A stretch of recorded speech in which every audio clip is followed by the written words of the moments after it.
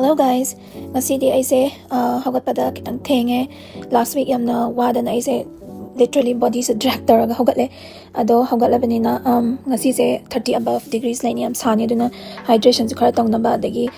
energy boost su tawna ba smoothie yam seme hojiki fruit myam do tawraga adagi aigi email check taw ba ade reply taw ba myam do tawre adagi journaling khara tawre journaling tawbase daily oina habit thammana phai journaling gi benefits mayam lay ado ai kona tamjar age si maram dadi ado ngasi se errands khara lay ado ai chatna sum video se su namge tawne aduga makhada questions khara hangamme adugi du reply tawge tawne ado question do Australia da doctor kamai oigani adagi postgraduate kamai tawgani adugumane ado education adagi self improvement ki kano se feel se aina sigi topic ani se yamna passionate oizaga haitare aduna id isana aigi kano do part to itom na dum ya laga lakpane ba aduna aigi matam da mating pangai kam kaya lai tabdo aduna sumaina ang sing naga hangak pase aina su yapna mating pangni haitare quite first I think asi State Library of Victoria dalakne ado says ai kano book kitang last week why bani ado handok toy laiba adai mapanda hosiki kano do chess ka sana hoba do ado chess kito ajo san ban laibani sisigi artworks mayam sina Melbourne gi history ne ba thaina sumaina Melbourne se torom do do ni ado sigi library sam chawe book su khuyam amne aina kano satra go oinga the majority of times se spend away say za like se phang da laite kano book oina later so online da diloina laiba aduga sigi membership ta tawraga article ke ka myam scientific articles ke ka zo paywall oiga laiba myam adugi to loina access tawbe aiba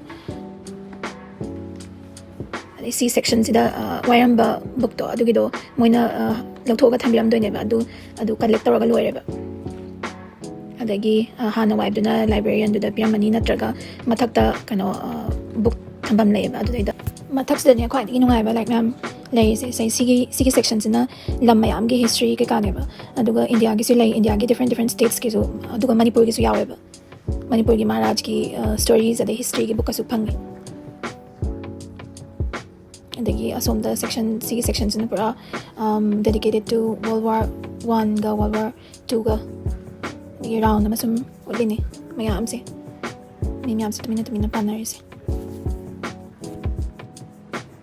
State Library of Victoria se Melbourne lay ne aduga magi history se maze 1854 da public library oina semaga hangi bane ba aduga Australia gi oldest public library ne ba and one of the first free libraries in the world aduga quite a busy over library su ne as of 2023 it's the third busiest library globally dunya da quite a third oina busiest over sida si khatang natana atopa reading room mayam lay makhan adagi subject ki su tongana tawraga lay aduga angang macha gi su lay aina thoglakpada ngasai gi chess sana habanu pado move amada matharu bi saraga mako pai le asida transit pa ure city manungda di trams free oi mayam commute tabanu ngai no jaga am tung sala laitana ba asaiza nupi macha ma lay se asige pigeons ka seagulls ka machinjak thale mangonda loina paisale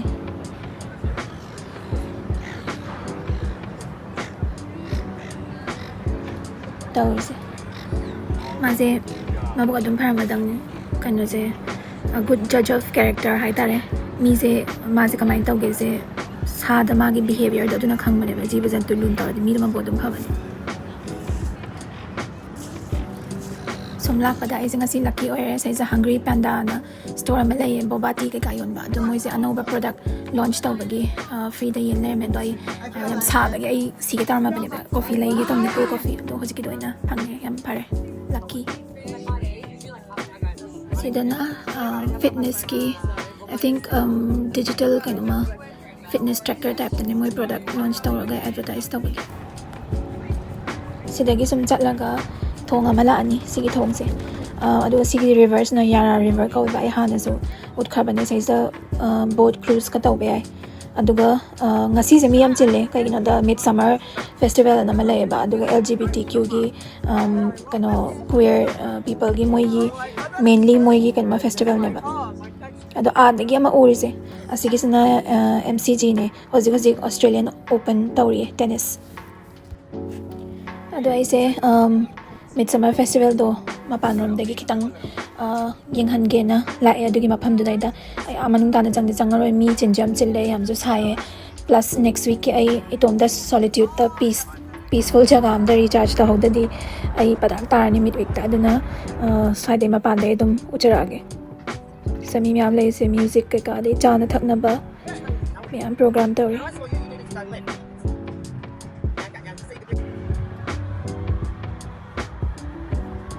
adagi ai se hojing ai gi yam pamjaba spot ama lay aina yamna shanti phangjaba adugi mafam du chatleni aina paningba lairik ama layba adu imung da sum parade yam boring tree nungsa su kitang yai honingba nungsa ga yaraga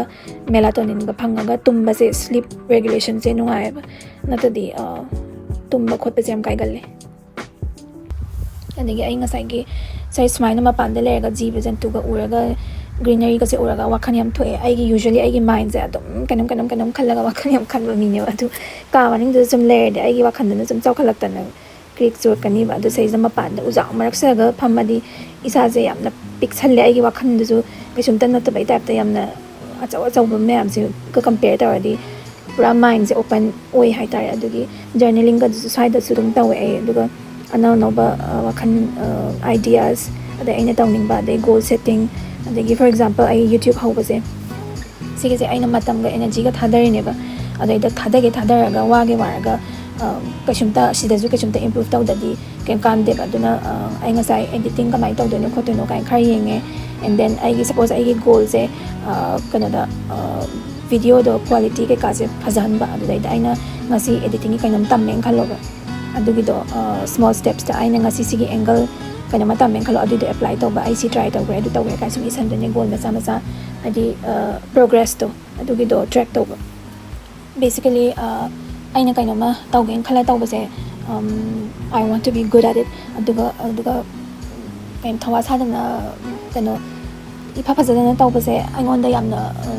nungai jade haidar adu ai ngasai gi medical related makhada angang sing kharan na question hang pado Australia da medical adi doctor kamai oido na adugi batang da mu hajar age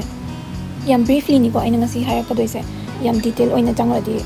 ko na to panimit amda oin tawagi detail di ado basically say the exam ani lai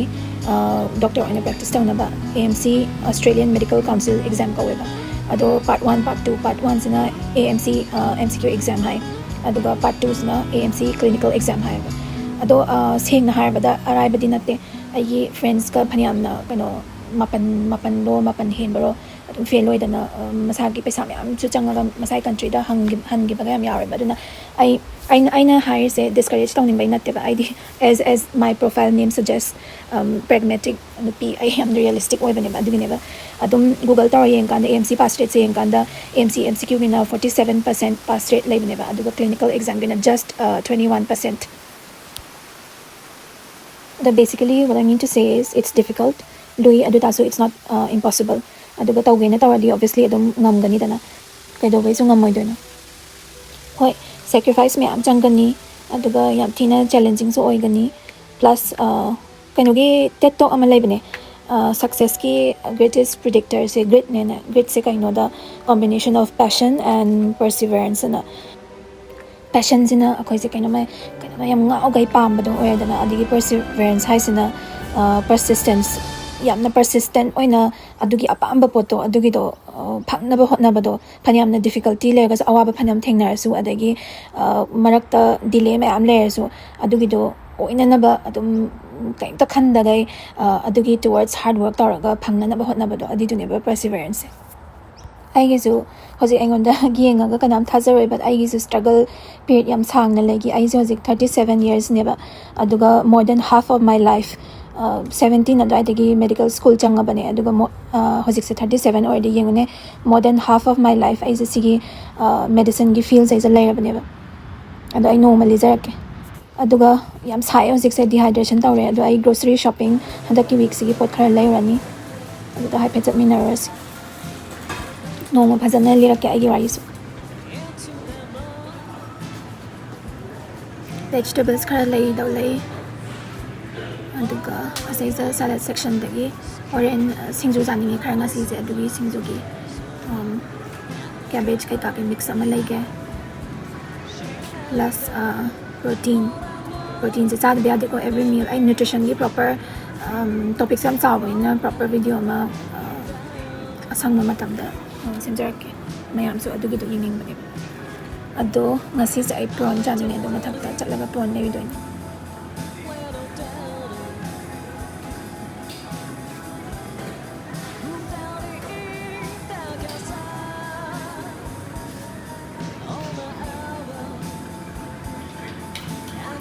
sigumba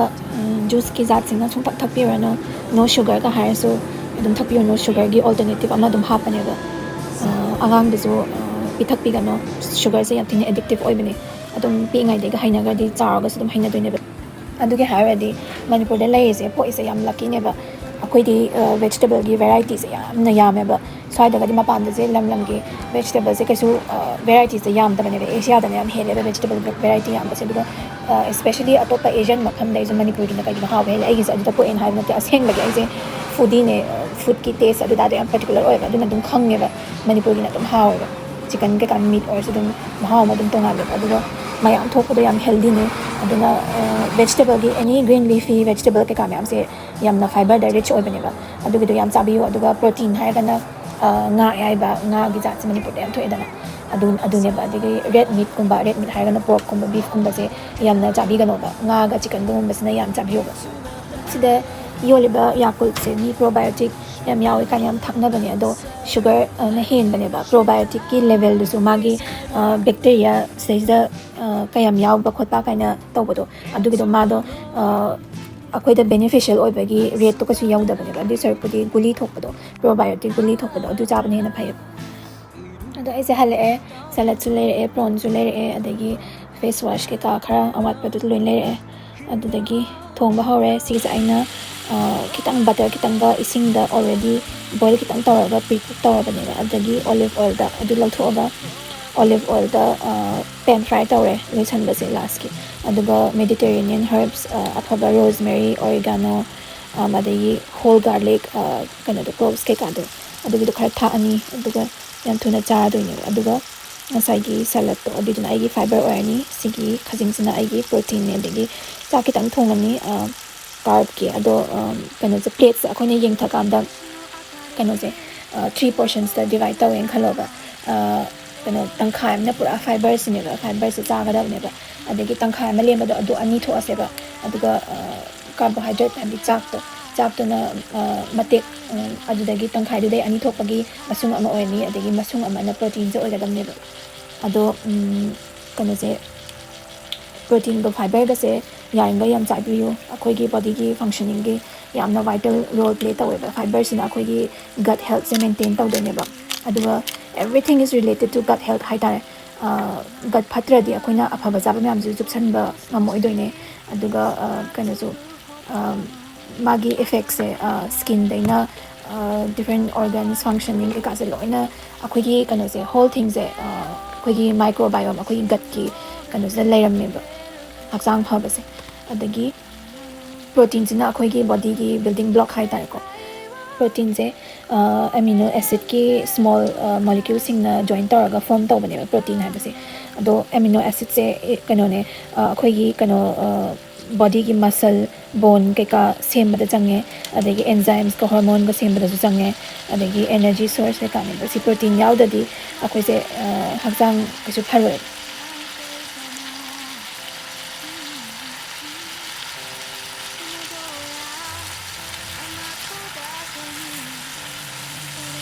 aduga ai sigi ngauba sai ja loram dai da garlic khara thakchan doine ba kainogi garlic se anti inflammatory oi bane ba aduna garlic chab se am thai ado loram dai da ina thai se pungpat pat laga mundan na bane ba pungpat pat halaga munhan ba se thong ba da magi nutritional value da mang da aduna kitang just enough ta munhan ba hai dai aduni nungdang se oire ai chak to cha tho aga ngasigi decide loisan ba tawasi thanks for watching everyone adili matungdam unars bye